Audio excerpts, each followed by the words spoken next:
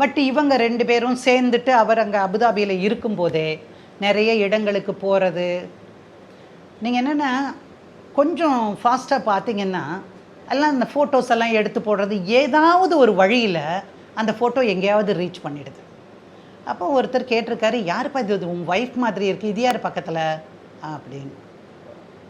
So முடிஞ்சு போச்சு அப்படின்னு சொல்லிவிட்டு அங்கேருந்து அவங்க அப்பா அம்மாவை கூப்பிட்டு, உங்கள் பொண்ணு லட்சணத்தை பாருங்கள் என்ன மாதிரி பண்ணுறான்ட்டு, நீங்கள் கூட பொறுப்பேற்கலன்னா. ஆமாம், நீ எப்போ பார்த்தாலும் அபுதாபிலே உட்காந்துருந்தா என் பொண்ணுக்கு என்ன இருக்குது, அவளுக்கும் ஆசை இல்லையா மனசில்? சரி, ஆசை இருக்கட்டும், அவள் டைவர்ஸ் பண்ணிவிட்டு வேற ஒருத்தனை கல்யாணம் பண்ணிட்டோம், எதுக்கு எங்கள் அக்கா வாழ்க்கையில் கையை வைக்கிறா? இந்த மாதிரிலாம் பண்ணக்கூடாதுல்ல. என்ன அப்பா அம்மா நீங்கள் தப்புன்னா தப்புன்னு சொல்ல மாட்டீங்களா? என் பொண்ணெல்லாம் தப்பே பண்ண மாட்டான், நீ எல்லாத்தையும் சந்தேகப்படுற அப்படின்னு அவங்க சொல்கிறாங்க. சொல்லிட்டு அதுக்கப்புறம் தான் இந்த நோட்டீஸ் இவங்களுக்கு வந்திருக்கு.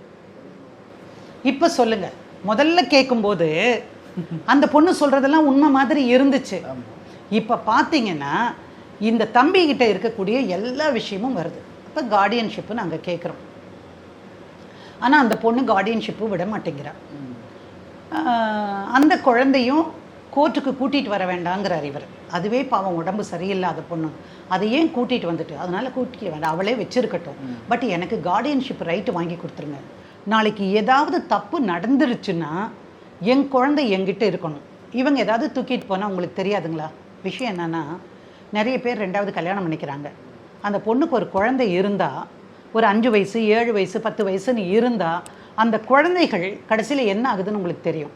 நீங்கள் ஒரு பத்திரிகையாளர், உங்களுக்கு தெரியும்.